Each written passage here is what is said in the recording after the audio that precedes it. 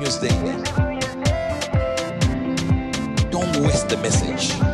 Good news to you. मैं हूं national pastor chaplain Ashu, spirit embassy the good news church Bharat से। और आइए आज हम देखते हैं परमेश्वर हमसे क्या बातें कर रहे हैं। आज का हमारा विषय है बोर्डिंग गेट। मत्ती 25वां अध्याय पहले से लेकर चौथे वचन में लिखा है, तब स्वर्ग का राज्य उन 10 कुंवारियों के समान होगा जो अपनी मशालें लेकर दूल्हे से भेंट करने को निकली। उनमें से 5 मूर्ख और 5 समझदार थी। मूर्खों ने अपनी मशालें तो ली, परंतु अपने साथ तेल नहीं लिया। परंतु समझदारों ने अपनी मशालों के साथ अपनी कुप्पियों में तेल भी भर लिया। Praise the Lord. सो यहाँ पे प्रॉफिट एंजल जी समझाते हैं कि ईसाई अक्सर कहते हैं, यानी कि मसीह लोग अक्सर कहते हैं कि वे पहली उड़ान से रैप्चर यानी कि उठा लिए जाने में जाएंगे।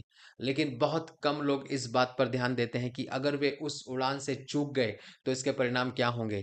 आइए हम समझते हैं। जब आप हवाई यात्रा करते हैं तो आप किसी निश्चित गंतव्य और समय के लिए टिकट खरीदते हैं, यानी कि कहीं भी आपको अगर हवाई यात्रा करनी है तो आप उसके लिए एक टिकट खरीदते हैं और उस स्थान के लिए आप अपनी जर्नी को सेट करते हैं। लेकिन अगर आप समय पर बोर्डिंग गेट तक नहीं पहुंचे तो आप पूरी उड़ान से चूक सकते हैं। Praise the Lord. और ठीक उसी तरह पहली उड़ान से चूकना अनंतकालीन परिणामों को जन्म दे सकता है।